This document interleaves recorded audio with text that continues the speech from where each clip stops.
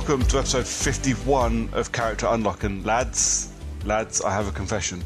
I may, or may not, be almost at the end of my second bag of Aero Bubbles. Why is that a confession? Because I'm eating. No further comment. I'm eating Aero Bubbles while we record. That's fine. I mean, they're fucking delicious. I could just start crunching on M&Ms if you really want. But no, at least M&M Bubbles aren't crunchy. Yeah. Although I might start separating some Skittles. Anyway, so yeah, I'm hosting this chocolate-flavoured episode. I'm Andrew Brooker, and joining me as always is my good buddy John Miller. You right, John? Hi. And joining us yet again, because we couldn't talk Spider-Man without inviting him on, is our mate Lee. You right, mate? Hello, everyone. Hello. You're just like the recurring character in our stupid sitcom now, aren't you? I'm like an STD that won't go away. Well, it's good that you describe yourself as that. At least you know where you stand. He does look like an STD. In dark, moist places. Yeah. Just making people itch. Exactly. So, I think starting as we mean to go on. Yeah, how are we doing, lads? We all right? We're at the beginning of silly season.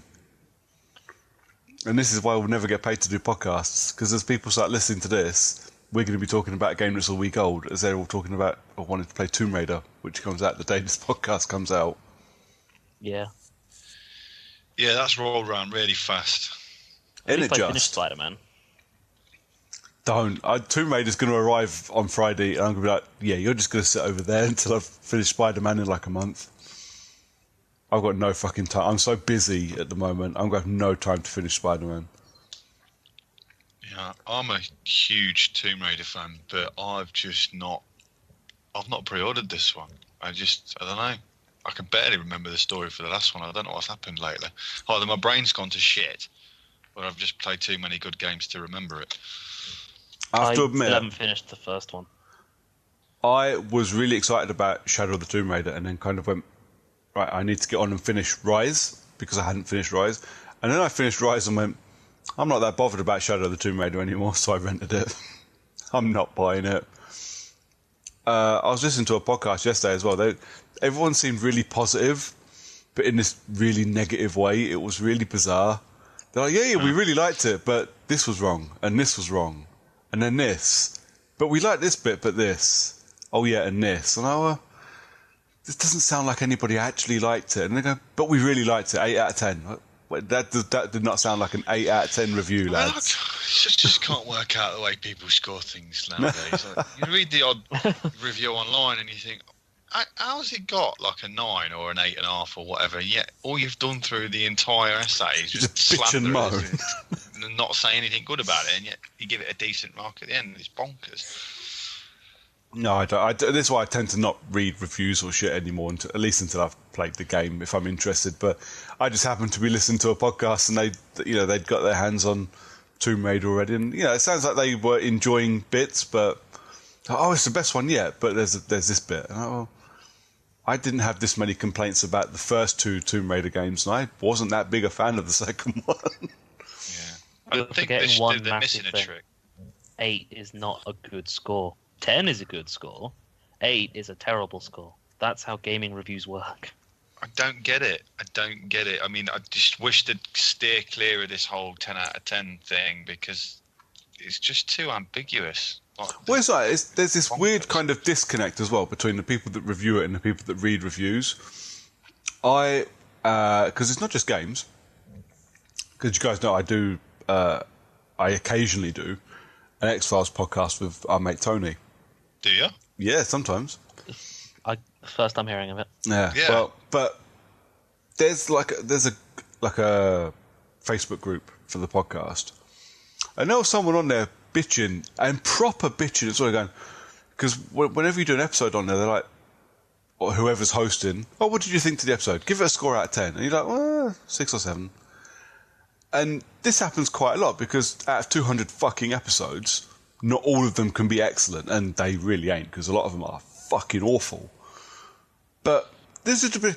How can you say you really love a show but only give this random episode a 7? Well, because it's only a fucking 7, and 7 is not that bad a score. 8, 9, must be a 10 out of 10. Oh, fuck you.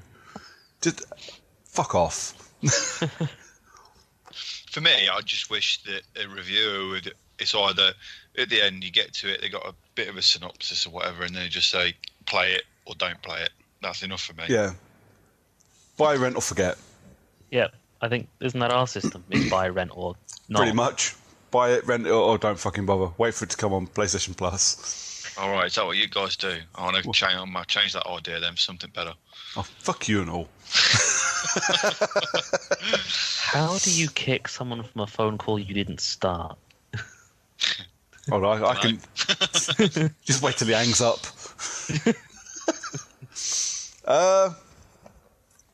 I suppose we should talk about some shit that's happened in the last couple of weeks. Where should we start? I'll tell you what. We will start with, I've decided what I want to do with my body when I die. Okay. I'm going to donate it to THQ Nordic. Oh, they are buying everything. Because those motherfuckers seem to be able to bring everything back from the dead. Why have they bought Kingdoms of Amalur? Maybe because of the potential of it. Because money? They've got too much of it. They don't know what to do. I bet it was dead I'll cheap have some. as well. I bet it's got a cult following or some shit as well because of how crap it was. I mean, I didn't play it. It's not the kind of game I play. But it was one of them games that when it came out, you looked at it and went, that is not going to be good.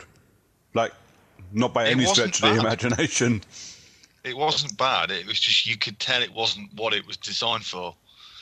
You can tell that it was designed to be sort of more of a multiplayer game.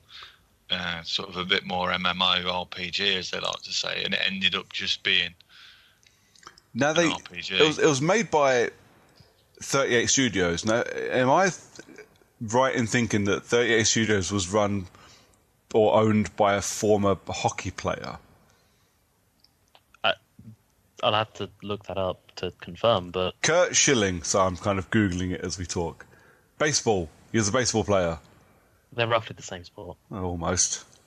It's almost as boring. I can't watch that either. Yeah. So he's a former Philadelphia Phillies player, and for some reason ran a game studio. Because why wouldn't you? That sounds really odd. Did they make any baseball games? Don't know. Probably not. Because 38 Studios, and if I remember right, 38 Studios kind of got into trouble and were bailed out by like the Rhode Island government or something. They were not a good company, like at all. By the looks of this, no, they only made one game. It was Kingdoms of Amalur: Reckoning. Nice. Yep. Which had a fucking load of names behind it, man. Like, Todd McFarlane was involved. Yeah, some of the artwork was pretty cool. I mean, I would hope so if Todd McFarlane was involved, to be fair. I don't know, he's a miss nowadays. I think big shot. As you want him, got a big bit for his boots, has he? Yeah, kind of. I think I'm hoping, got hopes out for the new Spawn stuff, but you never know. Because he's involved in the film, isn't he? Yeah. You want to talk about THQ Nordic throwing money at anything? Because Blumhouse is making the fucking Spawn movie. Those guys will make anything at the moment. That is true. These arrow bites are nice, man. Amalur has potential. It has potential to be good. I mean, I presume it's got a following of some description. I remember not hating it, but I remember it being quite boring. Fair enough. But they've only got the IP at the moment, haven't they? They haven't got publishing rights or anything. Publishing rights still belong to EA. Yeah, it's probably going to stay there too, because EA don't sell anything. Well, it depends if EA maybe need money for their court case against the Belgian government. Yeah, but EA don't sell anything; they just let it die. Yeah, true. Just close it. That's all they'll do. So, what do you reckon THQ is going to grab next? Oh God, I'm hoping. It'd be nice if they picked up Soul Reaver. Oh, that'd be nice. Yeah, I wasn't even thinking of that. Arcane. Yeah, man. Or Medieval. Yeah, Medieval, not so much. But yeah, I'm good with Soul Reaver. Nice choice. I missed that one. I like the complex adult sort of style universe to it. I thought it was really cool. Yeah. There is apparently an Alan Wake game, an Alan Wake TV series coming. Yes, there is. In very early stages of development. Like, it's been shopped around to a few studios, but no one said, yeah, we're going to pay for it yet. Anyone interested? But it's being made by the guy that did Cloak and Dagger and Legion. Legion, yeah. So he's got Marvel experience, basically. Okay. I mean, so that's pretty much it. I own Alan Wake. I've not played it. I don't think it's very Marvel-y, though. No. Am I right in thinking it's basically Stephen King the game? Pretty much. Alan Wake was more or less just a TV show in video game form. So a TV show based on a game that was a TV show. Oh, that's a mindfuck. It sounds like Inception all over again. I always wanted to play it, and I bought it specifically because I was going to, oh yeah, I'll install that and play it, and then just never did. With this announcement, it's likely Alan Wake and the... I don't know, was it actually a sequel or was it just like another... No, it's like an add-on, wasn't it? Add-on content. American They'll Nightmare. probably go back compatible or something. They are backwards compatible, yeah. Then they'll go free or something stupid. That would really annoy me if I bought them 2 years ago and didn't play them and now they come back for free. They must have been free at some point in the past. I mean, Games with Gold's been around for a while. I think American Nightmare's definitely been free. I'm not sure. I think I grabbed Alan Wake off of an eBay code or something. It was like £2.50. I was like, yeah, all right, £2.50. Fuck it, why not? I might have them sitting in my downloadable queue that I almost never look at on my Xbox because it's sad to see that it's like 300 games strong. Yeah, I'm not as well. But the thing with that, obviously not having played Alan Wake, so I can't be sure, but this sounds very much like it's kind of going off the strength of Castle Rock that's, I think, just finished in the States, which was basically a Stephen King based anthology series. Cool. I'm dying to watch it, but someone obviously wants me to steal it from them because there's no way of me watching it legally at the moment. I hate that shit. It drives me up the fucking wall. I'm prepared to hand people money so I can watch this stuff legally, but they won't let me. So they've got until like Christmas, and I'm going to fucking steal it because I'm just spending days avoiding spoilers. It's all right because it'll end up going on to like 5-star or something in this country, and then you'll never be able to watch it. True. Oh well, I spent money on a season pass for the Purge because no one knew when it was going to be on over here. Turns out it's on Amazon Prime and was airing the day after it was on in the States. Oh, fucking and no fucker knew about it until last Wednesday. Yeah. Oh, it really gets on my tits at the minute. You know, they've got that Movies Anywhere service in the US now, which combines Amazon and all the other stuff where you download products from. I can't get that here without a proxy. You can't get it with a proxy. VPN Doesn't work. Does it not? No. Well, either way, I can't get it, and I'm stuck with all of my digital content that I've got from Ultraviolet over the years, which is a fucking giant pile of shit. Yeah. And I can't watch it anywhere because the only place you can watch it is that Vidster, and it don't fucking work on anything. Everyone loves Flickster, don't they? Oh, that's it, Flickster. Yeah. So it's so crap, I couldn't even remember what it was called. When did I get I bought a film. It's not helpful. I imported Coco from the States because all Disney stuff is region free. Yeah. So I imported the 4K Coco, and I was like, Movies Anywhere. I don't know what the fuck this is. So I obviously I couldn't do it with my home connection, so I stuck it on a VPN, and actually You try and log into Movies Anywhere with a VPN, it comes up and says, we do not allow you to join using a VPN. I was like, oh, fuck. I'm really quite lucky. I've got my sister-in-law lives in Texas. So I just emailed her my email address and just a generic password and said, can you sign up to this website with this password, please? And just let me know when you've done it, and I will forward you the activation email, and you can do that for me, and then I'll take over. Once you've done that, I can log into Movies Anywhere from here, no worries. And because you can do Xbox Anywhere or Xbox Movies, iTunes, everything, connect it all to Movies Anywhere, and they give you free shit. I've got like 10 free movies from Movies Anywhere. I don't buy films in the States. I love it. And yeah, we're stuck with Ultraviolet. Yeah. Which sucks dick. The worst part is that if you get an Ultraviolet code for a 4K film, you don't even get the 4K Ultraviolet. You enjoy your HD only, if you're lucky. Yes. Yeah. Oh well, luckily I don't really watch the digital content that I do have. Well, I don't use my Ultraviolet stuff, that's why I have iTunes.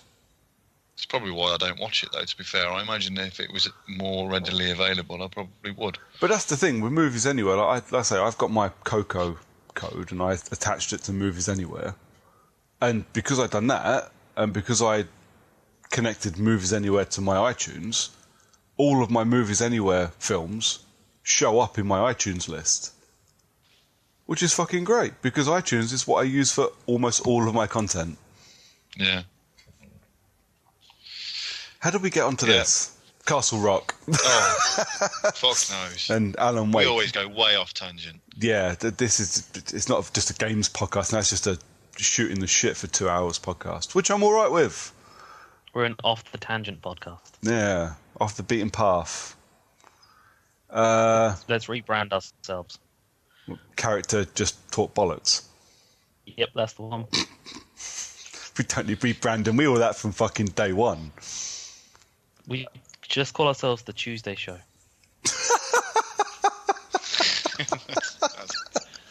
I'm not sure if we can do that. I want to apologise to my brother because he listens to this. I'm not going to, because my God, I'm going to get so much shit. Oh, bless him. He texted me today because he was watching the Apple event, because Apple have got their keynote on this evening. And he was like, Elder Scrolls have announced... Bethesda have announced Elder Scrolls Blades for the iPhone. My response was, okay. And? Right. You should be lucky they didn't announce Skyrim. But yeah, I can't put into words talking to anybody, not just my brother. I can't put into words how little I give a fuck about Elder Scrolls on my iPhone. But yeah, apparently it's going to be that game that's like Doom in the future, isn't it? You know, like in about 10 years' time, you can get it on like your watch. Yeah, what is it? The Doom's that thing that anything if it's got a screen on it, someone will make Doom run on it. Yeah, and that's the new Skyrim, mate. You're going to be like, oh, I can play Skyrim on my washing machine. Excellent. Just because that's what I need. I need the ability to play Skyrim on that little LCD thing above the ice maker on my fridge. That's it. I think someone's actually made it so you can play Skyrim in Fallout 4. Yeah, that doesn't surprise me.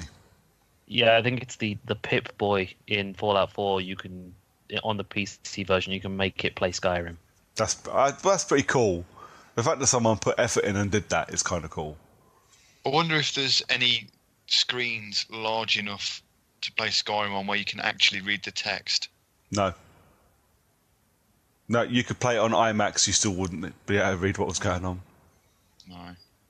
Just imagine how much better the world would be if people focused their time on decent things instead of what they could play fucking Skyrim on.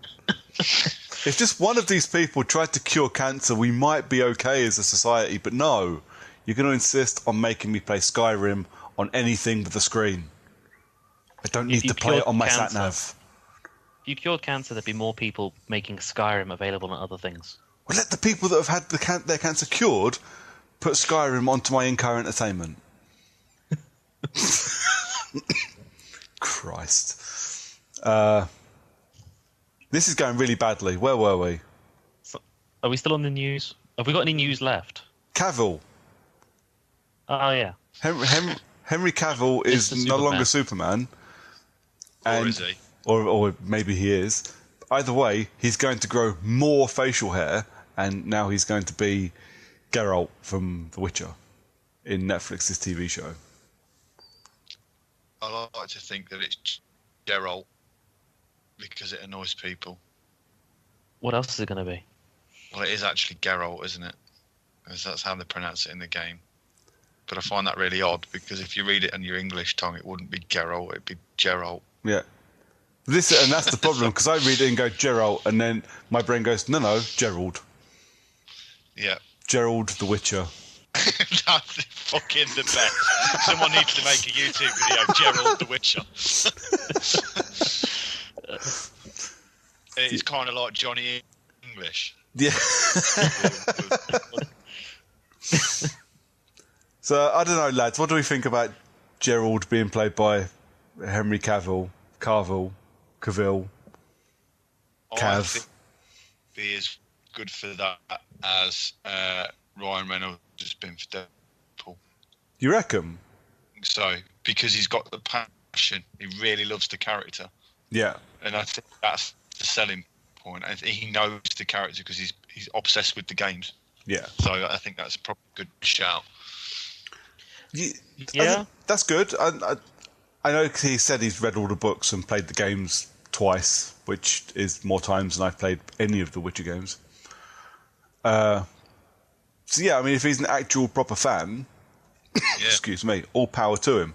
I hope he does well. Geek gamer supposedly likes that. So I'm sure I remember reading a thing about him nearly missing his audition for Superman because he was playing World of fucking Warcraft. For fuck's sake. Which is just mad. So I imagine if he's a big RPG fan, he'd been expecting him to have played The Witcher. Yeah. So yeah, hopefully he goes ahead and pulls it off. Gets the content that he needs. Yeah, I admit I'm not his biggest fan. I liked him in Mission Impossible. I liked him in Man from U.N.C.L.E., but that's probably about it.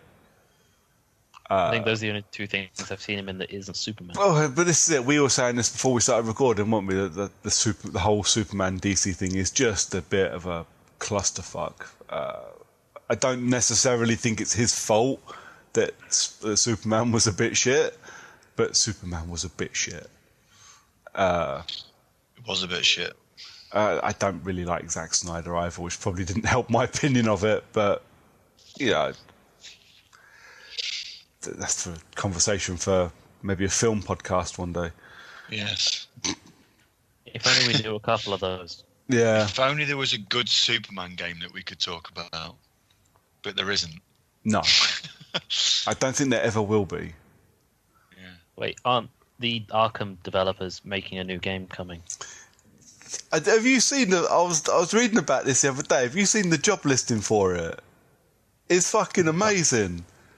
So they said shit like you need like good knowledge of pop culture, comic books, movies, video games, all that kind of shit. But in the job article, in the job description, it says we are shooting for a 90+ score on Metacritic. Wow. Now, I mean, I have a couple of problems with this. One, what the fuck has that got to do with the job description? If you're not gonna put 90% of your effort in, then we're just not fucking interested, lads. Yeah, maybe they're just, I don't know, maybe they're trying to tie it into the kind of demographic. So they're aiming for that demo. Yeah, I don't know. To be fair, it's probably a bonus thing. I was just being a bit glib. But here's my other question. Who isn't aiming for a 90+ Metacritic score? Yeah, we're just setting up for talks for a new game. Look, lads, we're going to aim for about 50. Yeah, if we can do 55, if our box can be orange on the Metacritic website, that's all we're looking for. Somewhere between 45 and 55, lads. That's all we want. I've played some of the games from this year. I think they were definitely aiming for 10. But did they even get that far? Not from me, they didn't. But yeah, I have to admit that made me chuckle. And yeah, because they said that. Did they say it was going to be a Superman game? Or was it rumoured to be a Superman game? I can't remember. They've not confirmed any actual game apart from it being probably part of the Warner Brothers universe. Cool. I think. I reckon it will be Agents of Mayhem, but with Suicide Squad characters. And it'd still be shit. But yes, it would. It'd still be very mediocre. I wouldn't say it was shit because it's not terrible. But I imagine if the DC farted it out with their characters in it, it'd be worse, if I'm honest. I'm kind of... Have you seen the latest Lego game is going to be DC Villains? I have seen it. That looks kind of cool. Maybe not for me, but I might buy it and just let Nikita play it. The last one I played was Marvel Superheroes, and I actually remember it being quite good, so I haven't played one since then. They started voicing the characters and stuff as well, haven't they now? Yeah, what was the one that came out... I think it might have been a launch title with the PS4. Was that an Avengers one? That was Marvel Superheroes 2, I think. Yeah, that was the last one I played. I didn't hate it. I just got a bit bored about halfway through and then never went back to it. I think I played the Lego Batman, the second one. I can't remember what it was. Did I get a free one on the Vita? I think maybe I did. I got all of them I think I got all of them for free on the Vita, and I never downloaded them. And then I found the code a couple of weeks ago, and it had run out. That sucked. Dude, I still add the Vita games to my basket when I do the PlayStation Plus stuff every month. I'm never going to own a Vita again. I don't know what the fuck I'm going to do with all these Vita games I now own. Yeah, own my Vita. I will mate, pay you seriously. to have my Vita. There's been two decent Vita games on the PS Plus in the last 8 months. You mean there's been 2 decent Vita games? There might have been others, but I imagine they were Japanese and I didn't want to play them because they were fucking 3 hours talking about having a fight before you had a fight. Yeah, and then you had to take turns in fighting. Yeah. There was a few good games back on the free thing, but lately they've all been fucking rubbish. But they're winding down it because they're quitting in March, aren't they? Yeah, there'll be no more Vita games, no more PS3 games either, will there? No, so there'll be no more PS Vita anyway. That's going to absolutely die a death then after that. It's the only thing that I'll turn it on for now. Yeah. I remember 2 years ago they did that whole E3 thing where they had that dude say, and it's coming out on Vita. And now look what happened. One person cheered and they went, well, there's clearly no point. Yeah. Alright. I think that wraps us up there. Is that the news? Are we done? I think we are. Unless anyone's got anything else they want to talk about. Not really. No. No? I have no other news. And feel free, speak up if you want to talk about something. It doesn't, just talk if you want. I don't mind. Like a support group. Oddworld Stranger's Wrath is coming to Switch. Why? I don't know. I literally fired up Twitter and it showed up from EGX. They just tweeted out about it.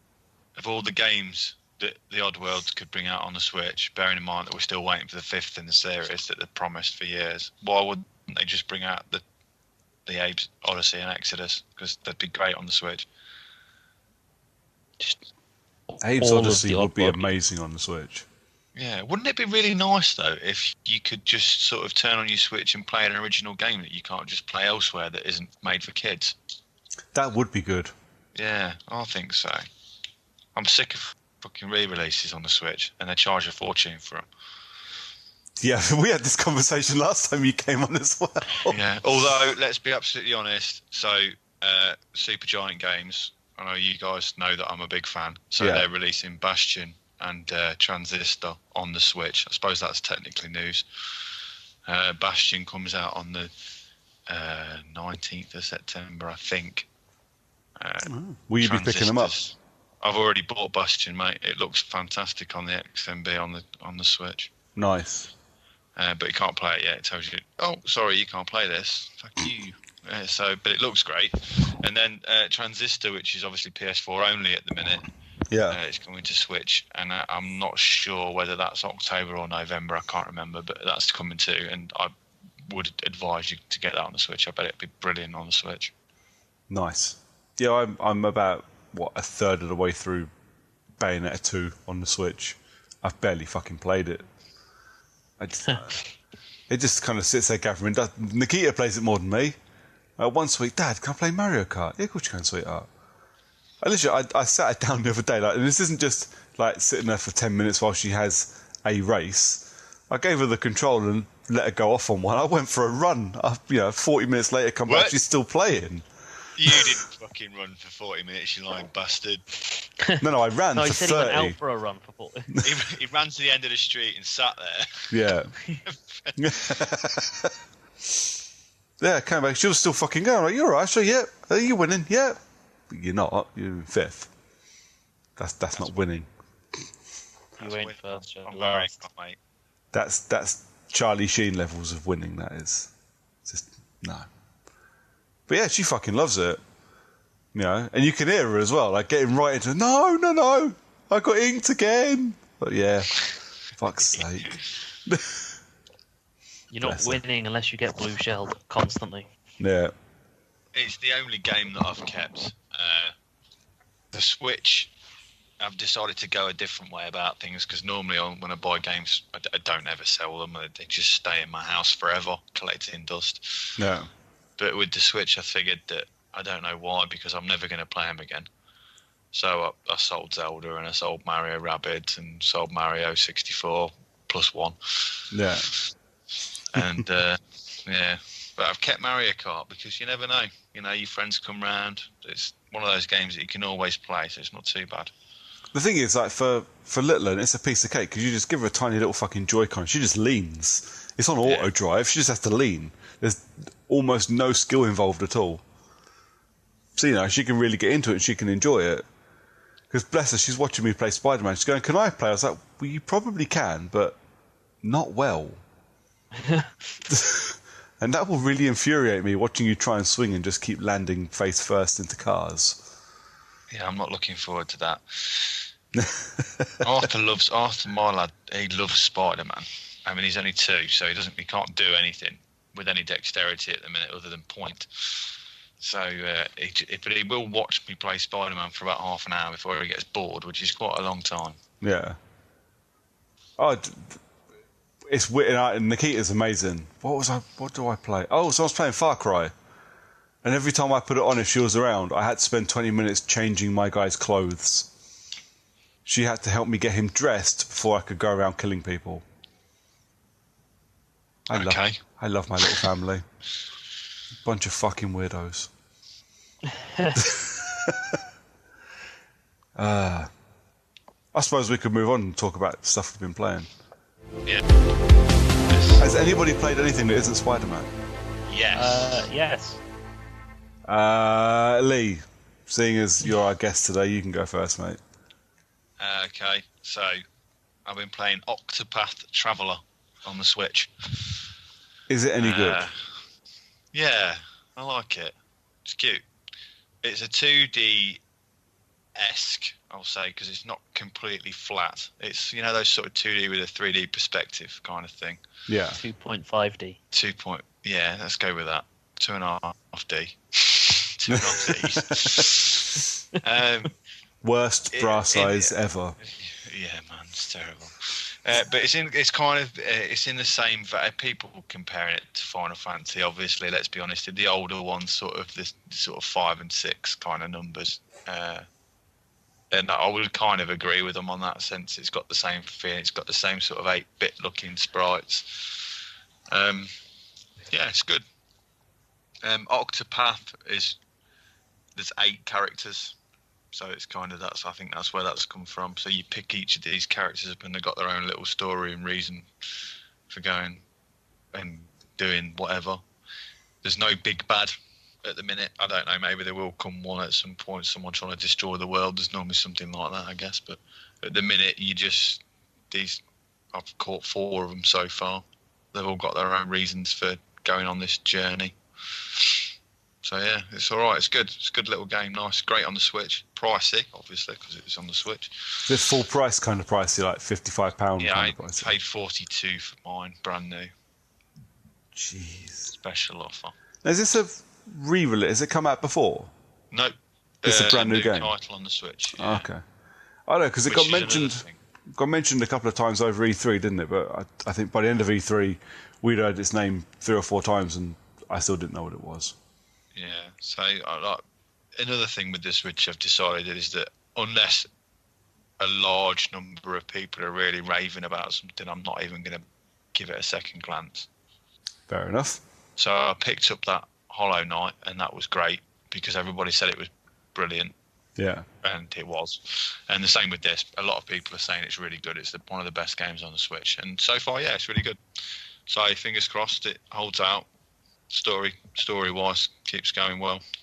Should be good. Nice. I might wait for you to finish it. And once you say, yeah, I finished it and it's still really good, maybe then I'll pick it up. Yeah.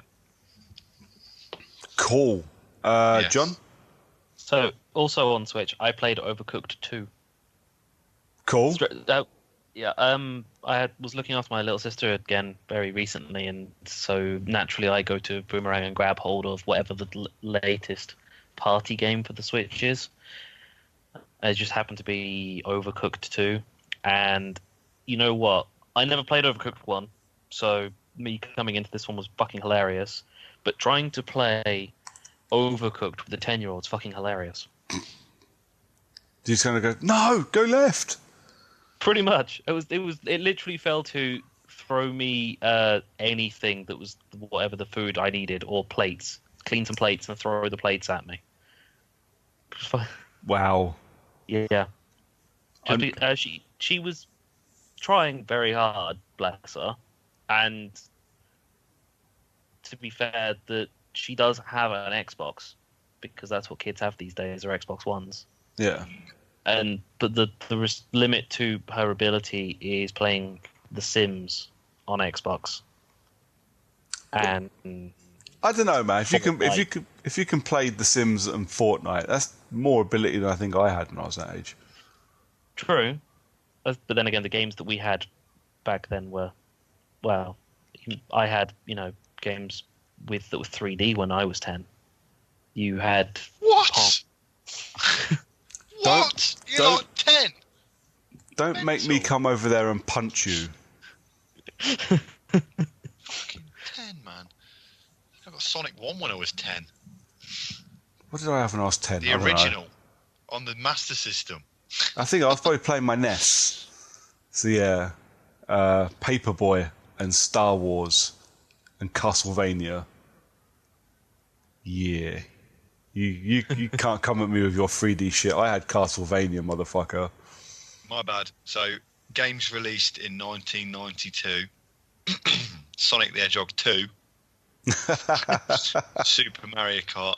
The original Mortal Kombat. Oh, yeah. See, I had fucking Mortal Kombat when I was 10. Yeah. Indiana Jones and the Fate of Atlantis. Echo the Dolphin. It's a classic game. Kirby's Dream Land. Fucking hell. But when I was 10, I had Crazy Taxi. Fuck me. Jesus Pokemon Christ, Stadium. I remember having weird booze and drug-fueled nights with Crazy Taxi. Jesus H. Christ. Majora's Mask was released when I was 10. Perfect Dark. Not Deus bad. Ex. Did you play the original Deus Ex? You weren't playing Deus Ex when you were 10. No 10-year-old would ever play Deus Ex. No fucking 10-year-old would... Rage 2, mate. Zool. Fucking Zool. Fucking Zool, man. Shit, that was. Yeah, I've also got Time Splitters, SSX 1. Yeah, Crash Bash. Mental. Mind you, in terms of years, video game technology has progressed so fast. Oh, I like to kind of gently reminisce on the games I used to play when I was younger, but every time I pick one of them up, I get 5 minutes in and go, what the fuck am I doing playing this? It's awful. It's because you ain't a kid no more. Well, it's not even that. They look terrible. They play fucking horribly. I don't want to play this shit. I want to play, I want to sit in the uncanny valley and play the games I play now. Thank you very much. No. Retro gaming is great, and people that do it, all power to you. I love the games I grew up with. I never fucking want to play any of them again. Except maybe Castlevania. There you go. Fun fact, when I was 10, THQ bought Volition. Awesome. On topic. So, Overcooked. Yep, Overcooked 2 is fucking brilliant. So there is a story to Overcooked where you are playing as a chef, funnily enough. No way. Well, Yeah. We're pushing the boat out on this Overcooked thing, aren't they? But you get to pick the character you are as a chef, so I was just like being a panda chef. And you essentially work for an onion king with a dog whose speech bubbles just say bark. Yeah. So, is this Japanese? Probably. It's a Switch game. Well, it's on every platform. But the story features... To be fair, all the my Onion dog's King. speech bubbles say bark. It's just the fact that it has speech bubbles while also barking. That's amazing. I mean, that's a proper fucking LucasArts game thing to do, isn't it? Yeah. But the Onion King reads from the Necronomicon. Necronomicon. I fucking love that. That's amazing. Good effort. And reading from that brings out the unbread, which are slices of toast that have had bites taken out of it. See, I want to play it just because you said that. Yep. That's as far as I got into the story before I had to... Well, I say I had to send it back. I probably could have kept it. But my sister, went home. Yeah. So it was a bit pointless me continuing to play a game that I was only playing because she was here. Fair enough. And I would rent it, but the Boomerang Rentals website is currently down, so I will... It's Team 17, isn't it? According to... Yeah? Yep, it is a Team 17 game. And So. Team 17 are British, aren't they, if I'm not mistaken? I think they are, yeah. Worms. Worms and lemmings. But it's Or maybe great it's on the not Switch sort of because Japanese you can... craziness. It only uses like 3 buttons, so you've got each Joy-Con can be a controller. Plus, Brooker, you've also got a Pro controller, so you can play with your wife and kid, Nice. and get angry at both of them for not giving you the plates clean Oh, fast enough. I will for sure. I think the first one's on Game Pass on the Xbox. I think. I think I actually might have it. Because if it is, I might just download it. I don't need it to be number 2. I just want to play it for a bit. And honestly, I think it's the kind of game that I could play with the wife, and I think she'd enjoy it and just have a laugh with. Because I don't know if you're the same, Lee. We kind of fall into that generation. My other half doesn't want to play games with me. She just doesn't want to play games. Partner has never ever played a game with me in 13 years. Not actually, that's not entirely true. She did start to try and play Tomb Raider when it first came out. The remake. 5-6 years ago. Played it for about 20 minutes. And she couldn't use a second thumbstick because they didn't have them when she used to play games. To be fair, Maya did play Darksiders for a bit, like the first one, and she got to Tiamat and gave up, which really kind of sucks. But I understand because I wanted to give up at Tiamat as well. Yeah. Tiamat was a cunt. But because of that, she didn't want to carry on, which really sucks because I think she would have enjoyed it. But it's not her thing. That's fine. But I think Overcooked, I think she'd enjoy and would sit and play with me. But I think so. I mean, Georgie said Overcooked's that a she was a brilliant big fan of Crash Bandicoot when she was younger, so she played the one I got on Switch and she couldn't get to the first checkpoint. Even though she claimed that she'd finished the level. So she was basically lying to me. You ruined my marriage. She's as good as John is. Your wife's the only person who's ever defended me when we play Destiny, so she's all right in my book. Yeah, she's all right in my book. And she's better than you. So you fucking married her.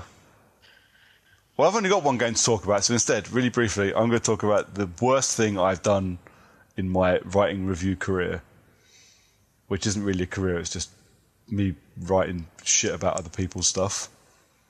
I'm basically a Twitter troll, just with 1,000-word character limits. The guys over at Set the Tape sent me the novelization of the latest God of War game. That sounds difficult. Lads, I didn't know games had novelizations, to be fair. Me neither, until this thing turned up. So it kind of it appeared in the writers group, if you like, and I said, yeah, I'll give it a go. Why not? Well, yeah, it could be worse. It didn't turn up for about 2 weeks. I was like, maybe they forgot, maybe they just decided not to send me it. That's fine. So I went off and read something else. Came back home one day and there it was. So okay, let's get on with this thing. So I spent a couple of hours reading what is, in fact, the most pointless thing I've ever read in my life. And I'm including all those quote-unquote articles in the adult magazines back in the day. Lads. Did you read them? Of course I fucking didn't. I knew some fucker read them.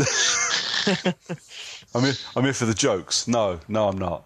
The ones that always used to tickle me were the ones when it was like, when they used to make up a complete... I used to make up the stories. Story that the woman had said, like something about political stuff or, like anything like that. Problems with tectonic faults and things like that, they were like, hang on a minute, you just got your whackers out on the thing. You ain't talking about that stuff, love. Oh, for fuck's sake. No, what is the problem, right? So it's written by a guy called J.M. Barlog. Now, hang on. Yeah. So, Who? J.M. Barlog. Now, the director for God of War, the game, Corey Barlog. So I'm pretty sure this is his brother. And it's one of those, yeah, please let my brother write it. He's good, really, I promise. It sucks.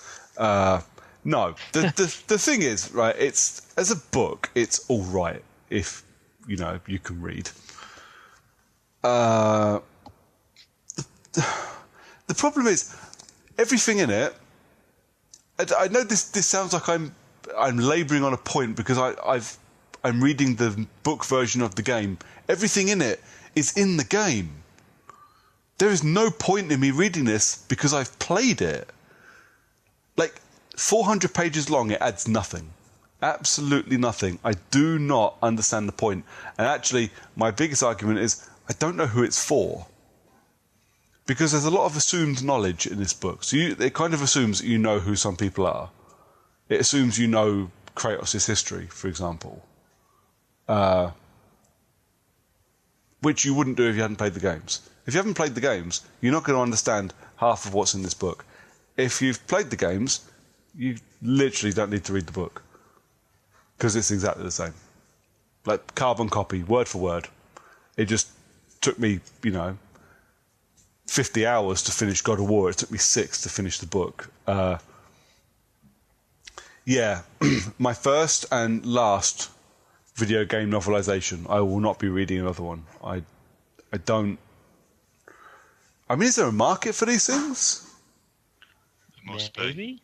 I've read novelizations of games in popular media before, but they're not just straight up direct copies of the script. But this is it. But have you read novelizations of the games, or have you read like continuations of the story, continuations of the lore, stuff like that? More, I don't know. It kind of fits more like it. I've read quite a few of continuations and extensions of the lore, but I've read a couple of ones that are based on, or actually the story of the game. Although I can't remember what. But I remember them not being awful, and definitely not being basically a script copy. But I mean, I'm not saying it's not a screenplay I'm reading. It's an actual book. The world is described, but the thing is, like, he spent a page and a half describing a fight scene. I'm like, I'm not interested in this. It's not as interesting as actually, mashing square and removing some ogre's head. It's much more fun to play. I'm not enjoying reading this, guys. This kind of sucks. But, but it's a book. It describes, you know, the sunsets are beautiful and the landscapes look, you know, sound amazing, and but I just don't get the point. I know they're beautiful. I know this because I've seen them. I climbed up them myself. I do not need them described to me in a book. Lads, I don't know. I thought it was going to be a bit of fun reading this, and I just found myself getting so infuriated. Yeah, sounds bonkers. It's shite.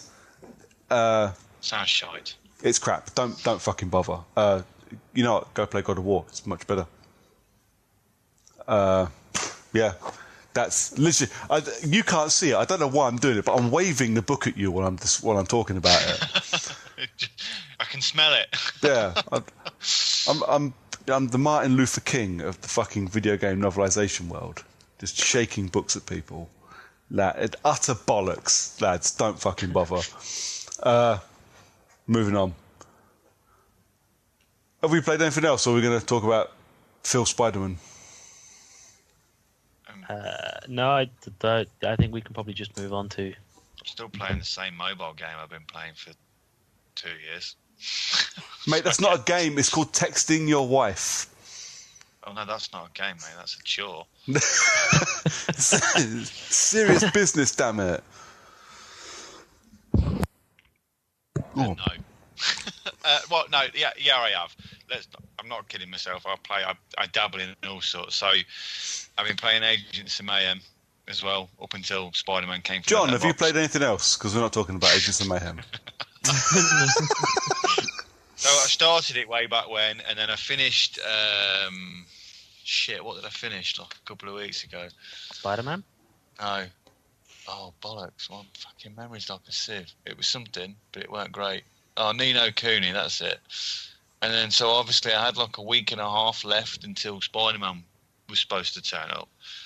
And so I thought, well, I don't want to start anything amazing or... Don't start nothing big. Yeah, so I thought, well, what have I got that I started but didn't finish? And I thought, well, I played Agents of Mayhem for an hour and I wasn't repulsed by it. It certainly wasn't any good. So I started playing that. I've not finished it, but I was playing that. It's okay, but it's definitely not something I would advise anyone else to play. Disappointing is my favourite word to describe Agents of Mayhem. If you've got time to kill and you've got no expectations and you like a tongue-in-cheek joke, the main one being the fact that you're basically playing Saints Row, but you're not. Yeah. Hence being the best joke of the whole game. It's not awful. I mean, I guess it gets more. I found it gets more fun as you go further on because you've got all the better powers and you don't have to fuck about so much. Yeah, I mean, I just found it got tedious the further I went on. Which is why I've got it in small chunks of like an hour here and there. It's not too bad. Yeah. It infuriates me that I never finished it because I'm like, it's the only Saints Row game I haven't finished, and yes, it's a fucking Saints Row game. Yeah, I've not quite finished it, but I will do. It'll take me a couple of hours, I imagine, once I've finished with Spider-Man. Yeah, but I did the same thing when I finished Darksiders 2. I was like, I've got like 2 weeks until Spider-Man, which in reality means I've got about 4 hours worth of game time. Yeah. What should I not start? Because if I start something now, I won't finish it. So I end up dicking around on Doom. That was about it. Yeah, Doom's cool. I finished that recently too. That was good. Looks nice in 4K, doesn't it? Yeah, although I didn't have any frame of reference because I didn't play it without it. So fair enough. And I'm playing Guacamelee Super Turbo Championship Edition as well. I never played it. Is it any good? Are you colourblind? No. Yeah, it's great for you then. It's fine. Are you colourblind? Yeah, if you're colourblind, it can be a bit tricky. Okay. Because later on, the enemies get shields of red, green, and yellow, and they're not very well defined colours. They're very light colour. If you wait long enough, you can see a telltale shimmer on the actual shield itself that either goes up or left or right or down, depending on which move you have to use to break the shield. Yeah. But you can only use one move to break the shield, and because you can't if you're colourblind and you can't really see the shields all that clearly, then it gets a bit of a pain in the arse. That sucks. I mean, I'm not completely colour blind. It's probably the wrong way to put it. It's just an old school way of putting it. It's more colour confusion. So I can see the colours if they're on their own. You know, I can tell you a yellow is a yellow, but obviously I'm actually seeing it differently to how someone with a normal spectrum range would see it, and therefore when it's close to other colours I find it difficult sometimes. This sounds like a well-rehearsed script from the last time you were in traffic court for jumping a red light. I have fucking said this same line, mate, to a million people. I think I've given the same line to my wife about 1,000 times, and she still goes, "Oh, we're fucking colourblind, aren't you?" And she starts taking the piss out of me for not being able to see something. Nice. That sounds like true love, that does, mate. Yeah, I know, exactly. That's what it's all about, ain't it? Chastising each other and abusing each other. Boy, yeah, that's a different thing now, isn't it? Anyways. But yeah, it's a good fun little 2D side-scrolling beat 'em up. It is what it is. It doesn't do anything that other games of similar ilk don't do. But it's kind of quite fun. Cool. But yeah, it's just another one of them. I'm pretty sure I own that too. I just never played it. Yeah, it was a free a long time ago on Xbox. That's why I had it. Yeah. I think it might have been free on PS Plus as well. I may own it on PlayStation. I don't know. I'll have to check. Who's got fucking time? No one really has time to play games like, well, any games really for you guys. Well, see, I'm playing that in the 25 minutes from when I put my son down to sleep at night until my dinner's ready. So that's getting 25-minute sections in the lounge. Yeah. That's it. Sounds like optimising my time. Yeah, see, I have a very similar thing. I have about 25 minutes from putting Nikita to bed to, well, me going to bed. Because she knackers me out. She's fucking exhausting. I love her a bit, but she's fucking exhausting. Kids, man, I don't know. You remember when you had that much energy? No. Me neither. Fucking hell, does it happen? Right, I've had the kid for the last couple of days, and by the time it gets around to 1 o'clock, I'm spent. I'm done. I'm signing me off for the rest of the day. I got her in from school today, and you know, I remember being knackered when I left school. I'm dead giving her cocaine at school. I'm sure of it. Or the childminder is. Someone is giving, because she'll run it like a fucking lunatic. And this went on all evening as well. Like, couldn't sit her ass still for dinner, couldn't sit her ass still to do her reading. When it came to going to bed, she was running up and down like a lunatic. Like, what the fuck? Woman, go to bed. Shut up. I've got all this to look forward to. It's awesome. I can't wait, mate, to be honest. Well, you know what? It just... You get as much... It's 50% really infuriating, and the other 50% is just... It supplies you with so many stupid stories and stuff to make people laugh. It's amazing. I almost got into trouble at her school yesterday. I walked in to pick her up from her after-school club, and they didn't know me. So they went, have you got a password to pick her up? I was like, well, yeah. So I told them the password, and it took them 10 minutes to find someone who had access to the paperwork to find out if the password I gave them was correct. Wow. At which point, I looked at them and I said, right, I have ID on me. I have my driving license with my name on it. I've got her name and her birthday tattooed on my arm. I'm either her dad or the most dedicated kidnapper ever. Either way, I think I should be allowed to take her. They didn't like that. I can't think why. Yeah, don't make jokes about kidnapping kids at your kid's school. It doesn't go down well. I'll bear that in mind. Where else are you going to make jokes like that, though? Where else are you going to have that kind of opportunity? Why no? This is it. You got to take the opportunity while it's there. If you think of something funny to say and you don't say it, it's a worse crime than murder. So I said it. Anyways, lads, should we talk about some Spider-Man? Maybe. I mean, it's kind of half the reason to why we're here. Yeah. We've all played Spider-Man? Some of us have finished Spider-Man. Have we all finished Spider-Man? No. No. So just John. Just me. Right. Okay. He's So how got many no spoilers wife do you guys and no want? children. Well, I mean, no spoilers because Other people. well, there are other people as well. I mean, it doesn't bother me. I don't care. It's Spider-Man. I don't care if the story's spoiled. But yeah, let's not spoil it for other people because that would be kind of mean. I don't want anything spoiled, John. And if you spoil anything for me, What actually, are you going to do? I'm not going to say that on the podcast because that's nasty and rude. But you just imagine something that you won't want me to do, and I'll be fucking doing that. You're already living, so it's kind of enough. Exactly. So I'm going to live twice as hard. It involves a pineapple and your anus. Yes. All right. And do we like Spider-Man? Yes. I don't know. What do you mean you I love- don't know? I love it. I don't know if I finished it because I liked it or if I finished it because it was the only game I was playing at the time. What? Yeah. I still don't know if I liked Spider-Man or not. Okay. I mean, let's put this into perspective. You were off work on Friday Yep. and bought it Friday morning, Yep. and on Sunday afternoon you texted me to say you'd finished it. Yep.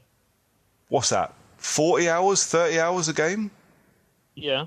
In 3 But- days?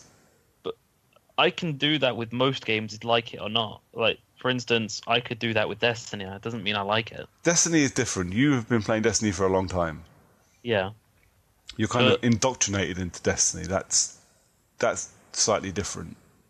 I think I was more interested in finding Easter eggs with the Spider-Man game and like casual nods to cameos and other stuff that happens from the Spider-Man universe. Like some of the stuff that you find inside the backpacks as you're, going around finding them. Yeah. Because some of that stuff's pretty cool. Or when you go and take, the photos of the landmarks and you Yeah. see some of the locations, like Alias Investigations or the Sanctum Sanctorum. Yeah. Or the Avengers Tower. Disappointed there wasn't more in Harlem, if I'm honest. Yeah, I feel that. There's quite a few things.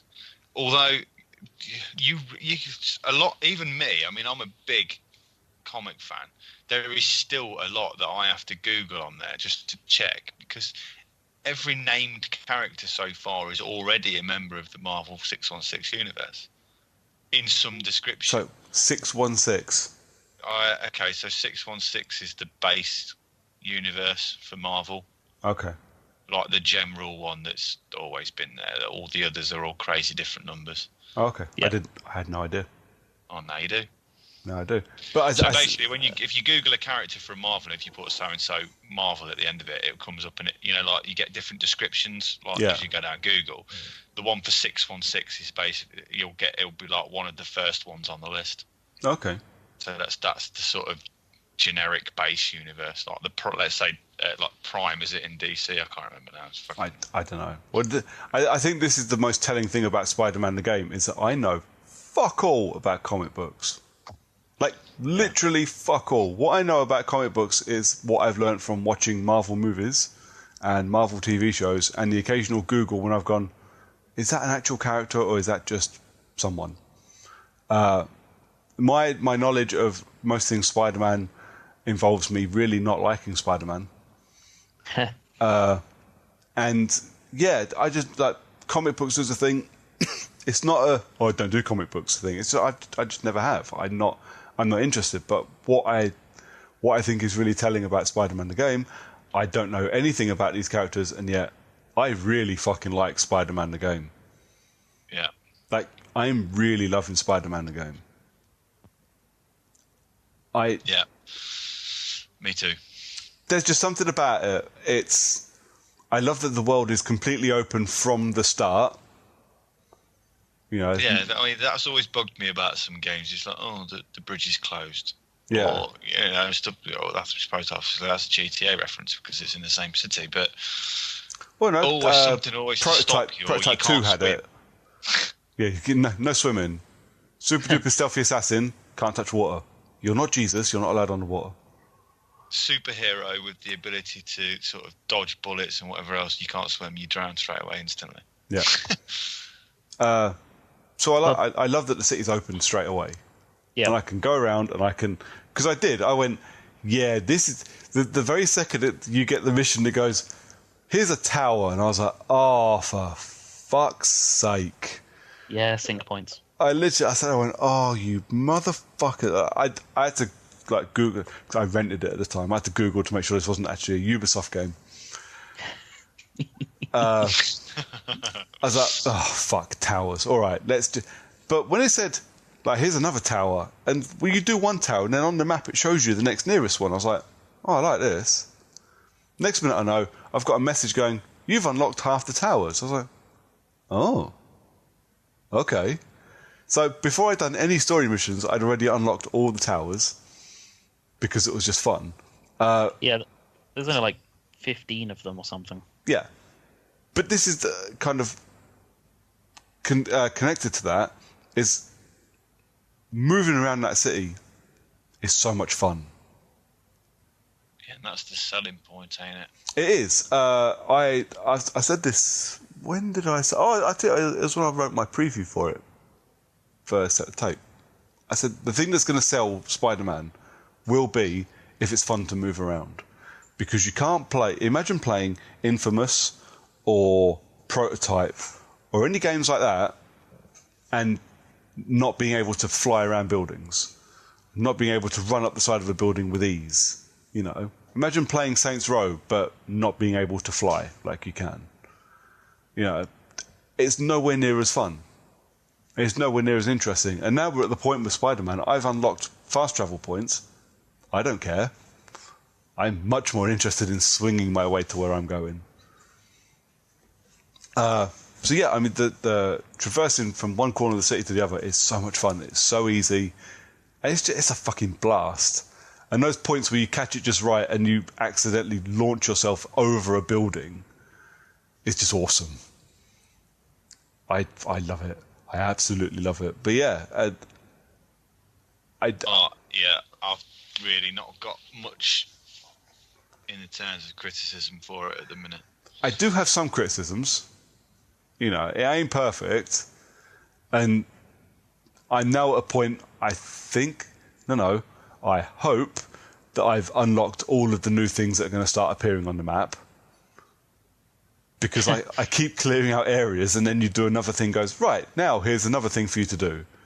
So you've got like bomb disposal things and pigeons to catch and backpack collectibles and investigation points and research centres. You know, oh, just fuck off.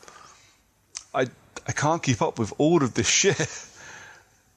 And yeah, I think their idea for most of those was to try and extend post game. Yeah, I understand why they've done it. The problem is that you don't do it post game. Do no, you? well, no, you don't. Of course you don't. Because you break the story up and stick it and go on a collectible hunt, and then you're like, "Oh, I'll just get one more, and then I'll start." Oh, fuck it, I'll just get one more, and then I'll start the story. No, fuck it, I'll just get another one and start the story. And it does that Arkham City thing as well, where you're travelling to a story point, and it goes, "Oh, there's a crime near," and you go, all right, then I'll go fucking do that. So you sit there, you go, you know, beat up a few people, get yourself a crime token or two, and then go off and do your story. Which leads me to my other criticism: how many different types of currency do I need for one game? All of them, all of the currencies. I will, you know, and in case someone thinks I mean actually buying stuff, I don't. As far as I know, there are no microtransactions in this game. But backpack tokens, landmark tokens, challenge tokens, crime tokens, research tokens. Have I missed any? Base tokens. Base tokens? Oh yeah, I forgot that. I think it's eight of them. Yeah. And you need all of these if you want to unlock certain things. Yeah. Which, you know, again, like if you're adding these things in for post game, don't make me do them if I want to unlock stuff to use during the story. But yeah, there are a lot of different in-game currencies to buy and upgrade things. Yeah. That being said, you don't actually need to use any of them. You are locked out from getting at least one of the research tokens if you haven't upgraded your skill points to get the ground pound. Have I unlocked ground pound? I think I have, because it's quite handy. Yeah. Because I went to do one of the research stations while I was up in Harlem, and I couldn't because I hadn't unlocked ground pound. And I went to take a look to see how soon I could get it, and I hadn't touched any of the columns in the middle, so I couldn't unlock ground pound anytime soon. I had to level up like 6 more times to get enough skill points to unlock the ground pound. Wow. And by then I'd forgotten entirely about the fact that I was going to go do that research station. Yeah.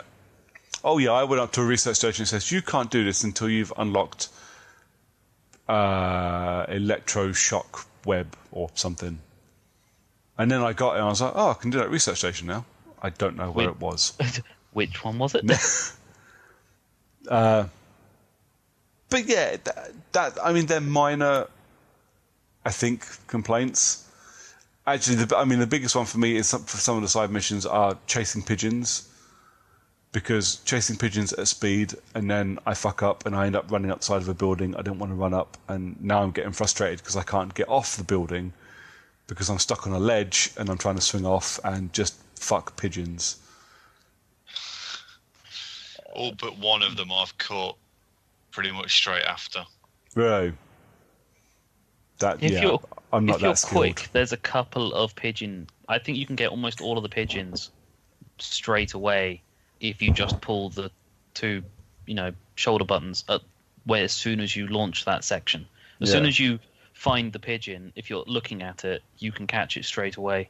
All right. I didn't know. Although, I think you do get a catch the pigeon, Dastardly and Muttley's flying machines at one point. Okay. Yeah, that's pretty much. I think there's a lot of random pop culture reference quips in the game. But it's Spider-Man. It's a pretty typical thing of all things Spider-Man. To be fair about it, it's even the most recent times he's appeared in Marvel films, they've been full of pop culture shit.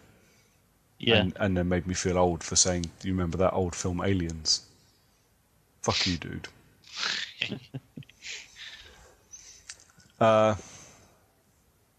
I've talked a lot about Spider-Man. Does anybody else want to say anything about Spider-Man?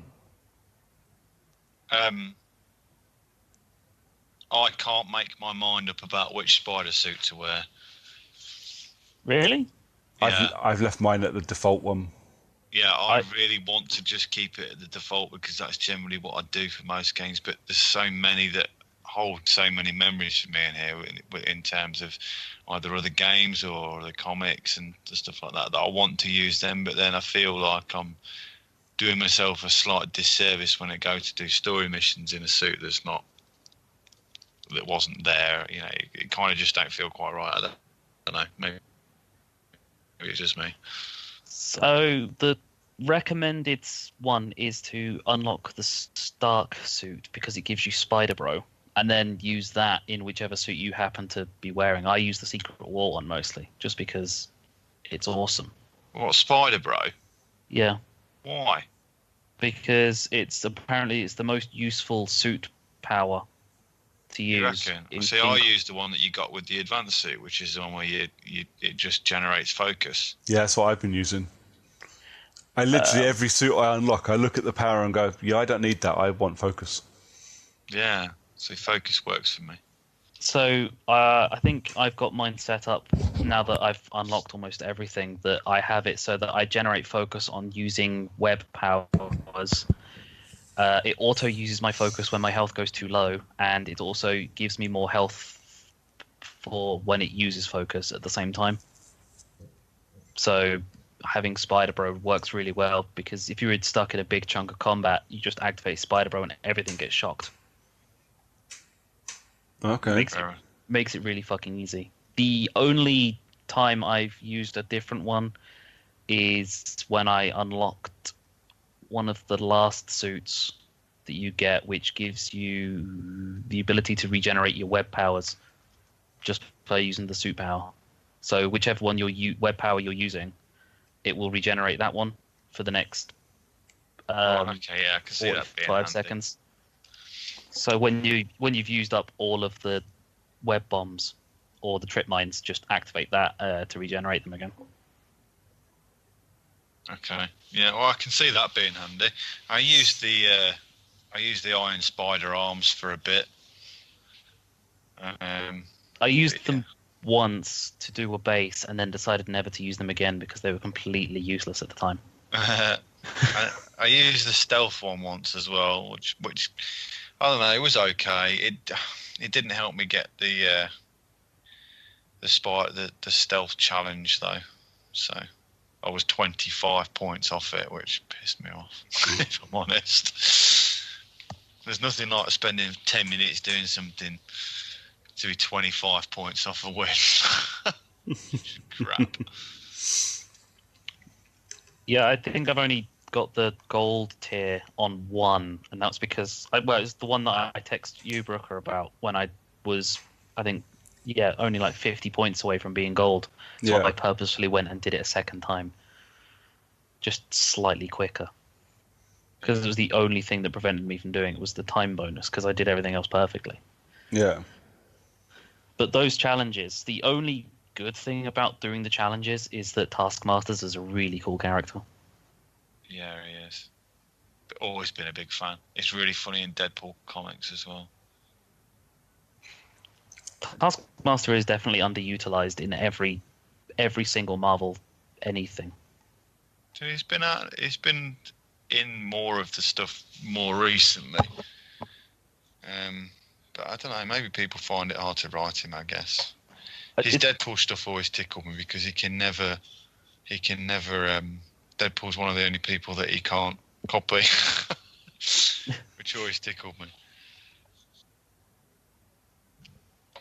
I don't know anything about what you guys are talking about.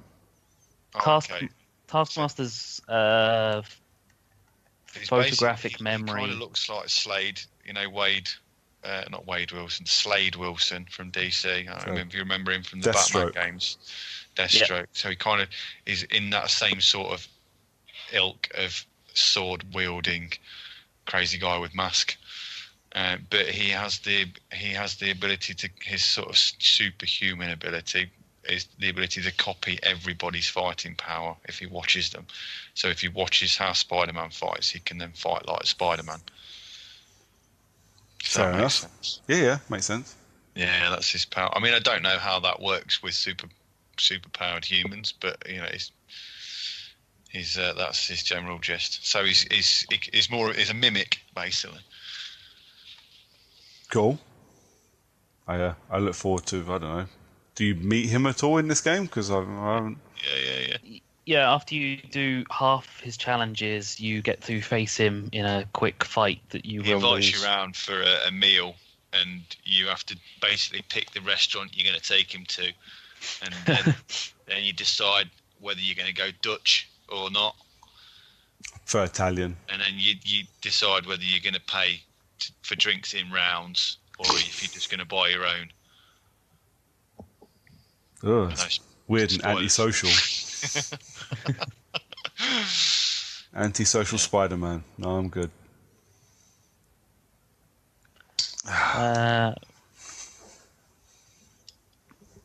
Yeah. One thing I do find quite creepy is the fact that they managed to make Peter Parker look like 50 with his weird, like, crow's feet eyes and wrinkly face when he smiles. Mate, but then they've made MJ look like 12. I'm not being funny. You copied his haircut. No, what?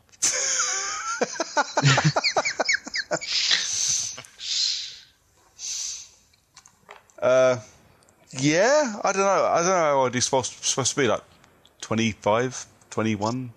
I think he's in his 20s, I think. Yeah. it's supposed to be like 23 because it's 8 years after. Yeah, it's 8 years after Uncle Ben decided to get shot. Yeah.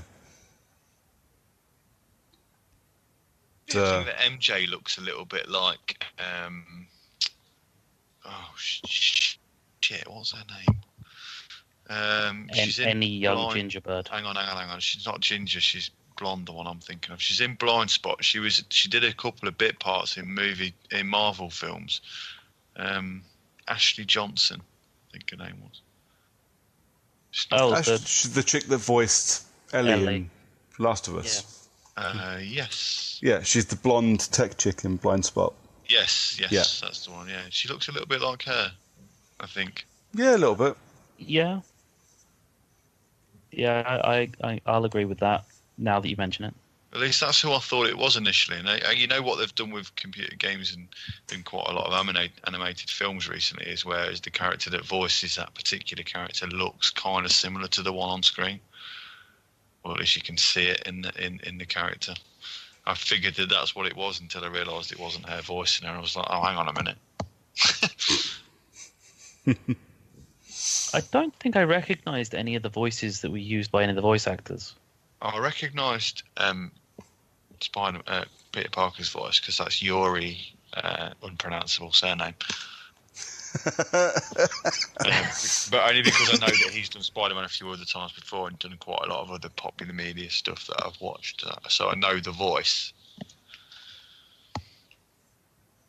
Because outside of that, I don't think I know anyone yet. Oh, for God's sake, what's his name?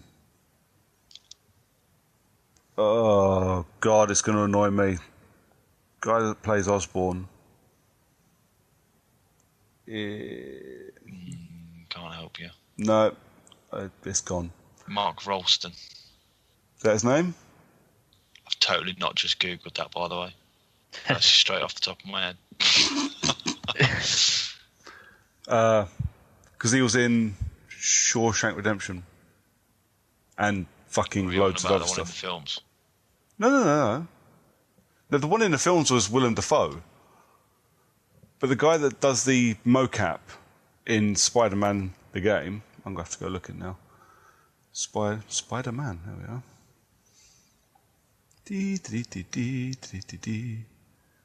Totally not Googling anything while we're talking. It's literally just gone. Oh, wow. Yeah, just put spoilers in there, why don't you? Yep, they'll do that. Probably your mistake for looking up a game you haven't finished. To be fair, those are not spoilers for me. I've gotten to that point, but yeah, Jesus. Now I kind of want to look it up myself just to see the spoilers, even though they're not spoilers for me. To be fair, they're not really spoilers if you've seen a trailer for Spider-Man and then gone and played the game, because it was pretty obvious, but still, it's not quite the point. What was it that you Googled? I was on IMDb and looking at Spider-Man. So it gives you all the character names and who played them. But obviously, if people play more than one character, they're also listed as more than one character. It's completely fucking immaterial, and I'm going to cut all of this out. Yeah, one of the inmates from Shawshank Redemption, he's turned up in a million fucking things. But he's the guy that at least does the mocap, if not the voice. He does the mocap for Osborn. Is Osborn, isn't it, the mayor? Yeah, Norman Osborn. Yeah. But yeah, because I thought he'd done the voice as well, but apparently, according to IMDb, not. No. But yeah, I mean, it's immaterial. I think all the voice casts, I think, actually done really well. Also, Stan Lee was in it. Yes, he was. Of course he was, because he's a whore.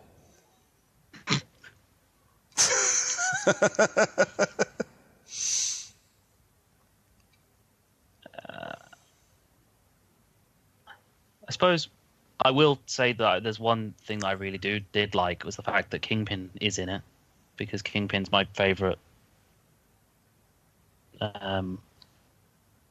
Marvel villain that's utilised in the Spider-Man universe. By the way, Lee's lost his internet. Oh, has he vanished? Yeah. No. Bye, Lee. Thanks for joining us. Yeah. Did he lost internet, or did he just get sick of listening to me talk, so he fucked off?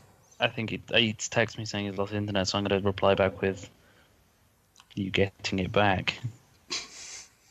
Is it down the back of the couch? Where did you put it last? Where did you last see it? Retrace your steps. Douche. Hello. Oh, welcome back. Nice of you to join us. What? Yeah, sorry. I was called up by the Galactic Rangers, but I had to explain to them that I was busy on a call. That makes sense. Yeah. I'm on the phone, lads. I'll be back later. Yeah, they weren't best pleased, mate. Something in the Gamma Quadrant's going to shit, and they need my help and my special powers. I told them I was too busy talking to you two. I don't know what any of that means. I can't explain any more than that. It's confidential. Oh, okay. That's good. It's probably not worth trying to explain it to me in one ear and out the other. Yeah. Where were we? I think we were talking about Fisk. Yes. Yeah. So it was Norman Osborn before I left. Yeah. So now we're on Fisk. I moved on to Fisk because I like Kingpin. I think Kingpin's a really good Spider-Man villain. Probably one of my more preferred ones. The problem is, I liked him. he's been ruined for me forever by Vincent D'Onofrio, who fucking killed it as Fisk. Yeah. Brilliant. Best role. Brilliant in Deadpool. The TV. Daredevil. Daredevil.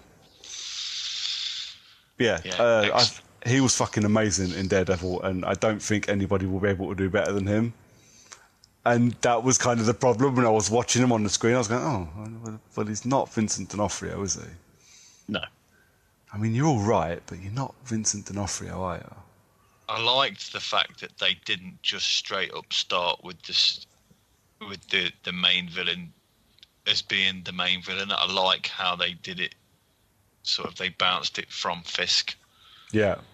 So that I really thought that was good. You know, it's sort of that was the training mode essentially, wasn't it? Fisk? Yeah, well, it gave you a bit of everything, didn't it? It taught you how to web stuff up and how to throw stuff and then how to beat people up. And then it pushed into the story, didn't it? So you putting Fisk in prison just allows everybody to run rampage across New York, and now you have to save all of New York City and do random crimes and chase pigeons.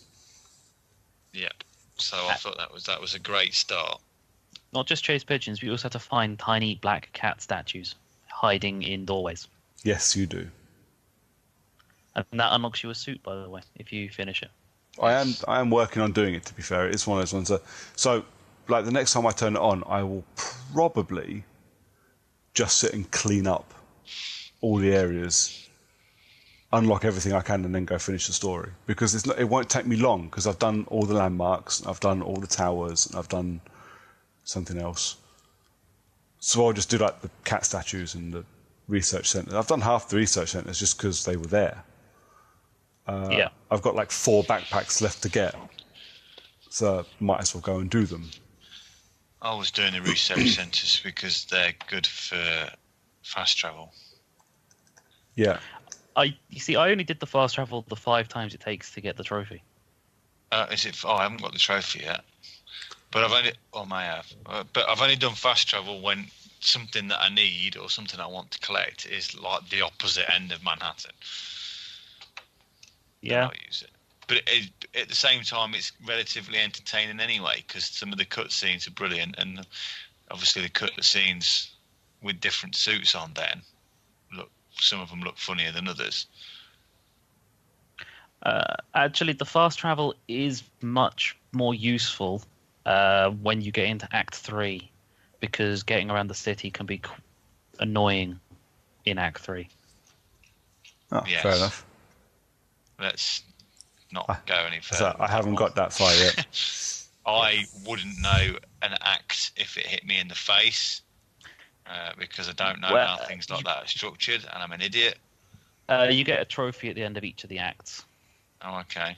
So at the end of Act 1, you get an Act 1 trophy. I don't know where it was that you get it. At the end of Act 2, again, you get another trophy for Act 2, which is after you finish the raft, which was in the latest E3 trailer. The gameplay bit for E3 of Spider-Man was the raft section. That's the end of Act 2. Yeah, I'm not there yet. No, I'm nowhere near there. Not even close. And then the end of Act 3 is obviously the end of the game. Fair enough. Obviously. Obviously, mate. Yep. But I do like the structure of Spider-Man in that, obviously, as it's shown you throughout the E3 gameplay stuff, where they gave you this is the main enemy in Kingpin. And by the way, that's pretty much just the start of the game. And then here's your main enemy of Mr. Negative. It's quite cool that when you are fighting with the Shocker, which is still the worst supervillain name ever. Not if you're in porn, you're not.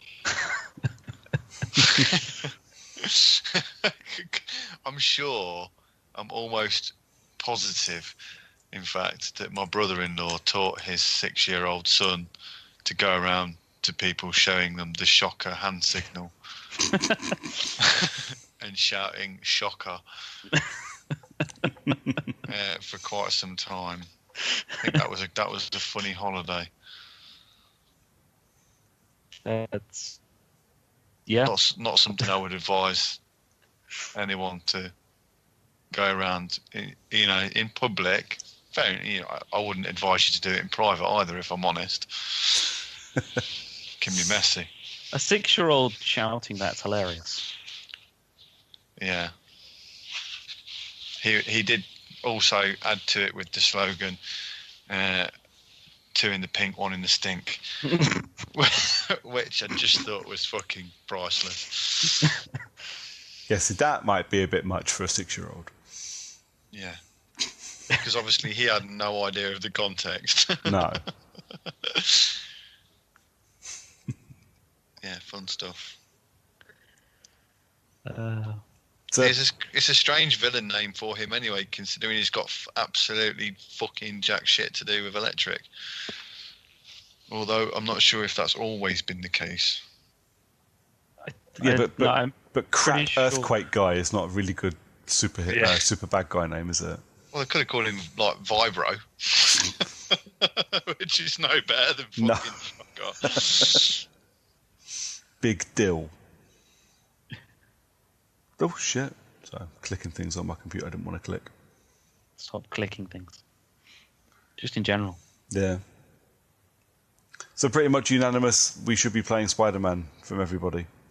Yeah, do it. If there's any game that you want to get advice from on how to reinvigorate a series of crappy game developers, then this is one that you should probably have a quick look at.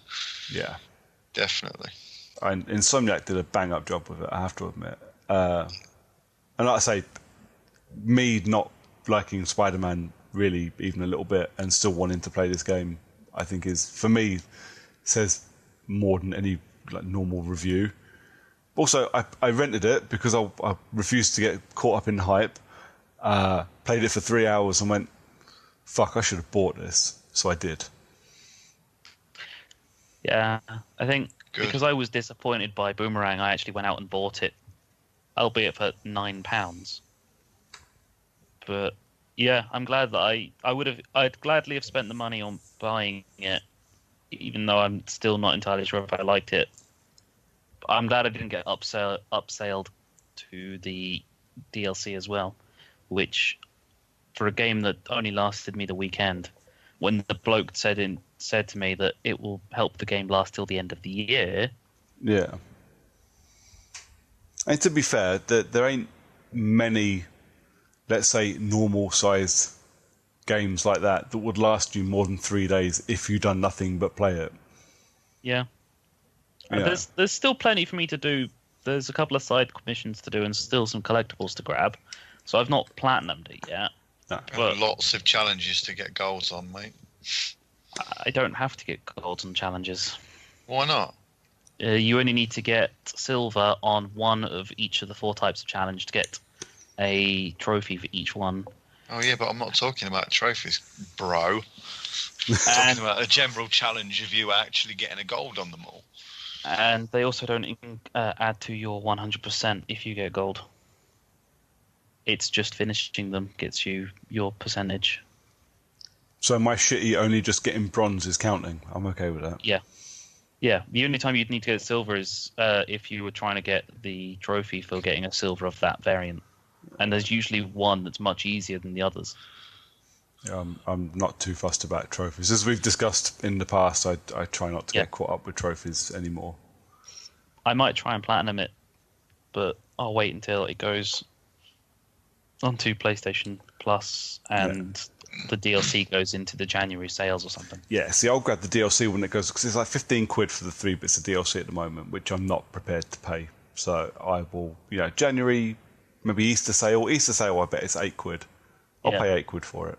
That'd be fine. It's £5 for 3 bits of DLC each, and we've got no real confirmation of how long those bits of DLC are going to be. If there's more than like 3 side missions, and we've only been confirmed that the first one's Black Cat related.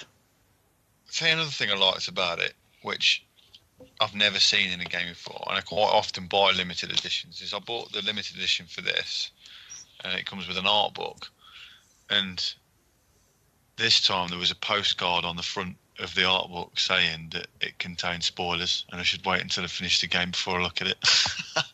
And I've never had that before. Normally I just open the art book and have a scroll through and then get totally spoiled of all the shit that's in there. Yeah, there was was it a competition or something? I think maybe like a Twitter competition from PlayStation said, win the super duper special edition with a statue. And all it was a picture of the box that the statue came in. And someone said, well, what does it look like? And the PlayStation Twitter account just replied with, well, we're not showing you it because it's a spoiler. If you're desperate to see it, there will be pictures of it. Go Google it. We're not showing you. That's pretty cool. Yeah. I'm gonna look it up to see what was it, the super special edition of Spider-Man. I don't know. It's just a statue from a Twitter competition. Yeah. The devs for Spider-Man all got a copy of that massive edition, didn't they, with the model? Yeah.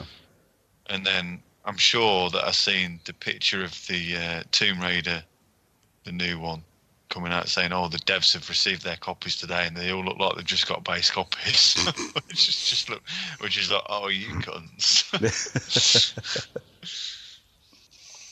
Who's does Tomb Raider? Am I thinking it's Crystal Dynamics, or am I imagining that? No, it's Crystal Dynamics. It is it? Yeah. They still own something. They still own Soul Reaver, and Really? Legacy of Kain. I'm sure they do. Bloody hell. Right. I think that's us all Spider-Man out, lads. Should we? Yeah. Should we knock it on the head for the evening? Yeah. Does anybody have a recommendation for people? Spider-Man? Yeah. Play Agents of Mayhem. Wow. If you're bored and you're in a pickle and the only game you've got in the house is Agents of Mayhem, go out and have a beer. Well, I'm just not going to bother with recommendation. I'm just going to leave it at that. Lee, mate, do you want to plug any social media or anything before we go? I'm Pyro Loveridge. Just if you bothered, fuck it, find me. We'll play or something. Fair enough. Mr. Miller, what about you, mate? Twitter is the John_CU. Xbox Live's long. I can't find this fucking statue. An actual picture of the statue. For some reason, everywhere's just saying, "Oh, it's a huge fucking spoiler." So we'll show you a picture of it. How dare these people take care not to spoil shit for you? I just want to see the fucking statue. Fuck you, internet. Fair enough. Yeah. That's my input. It's just fuck you, internet. Fair enough. But it's only where our audience is. Don't worry about it. Okay, so I am on Twitter at Brooker411. You can find me writing stuff occasionally for Set the Tape over at setthetape.com. And if you're not interested in any of that shit, you can follow us as a team or Character Unlock on Facebook, Twitter, Instagram, YouTube, stuff we're about. And if you're not interested in following us on social media, we'll be back here in a couple of weeks to talk about, I don't know, more games that are already out of date because you're going to be playing new things. I think that's all done, lads. Let's... Yay! Yeah, we'll call it a night and say goodnight, everybody. Fucking every time. I love it. Good night, everybody. You didn't fucking have to say it, though, did you? Yeah. You could have said good night, Lee, and I said good night, Lee, because that's funnier that way around. Because that's where you get away with John. Saying good night, everybody still works if I say good night, everybody. Well, it just reminds me when John goes, that's good night, John. Say good night, John. Good night, John. Every time. Tickles me. Yep. Honestly, it's the small things. Well, that's to be really, doesn't it? Yeah, it fucking does. Well, it's the small things that tickle me.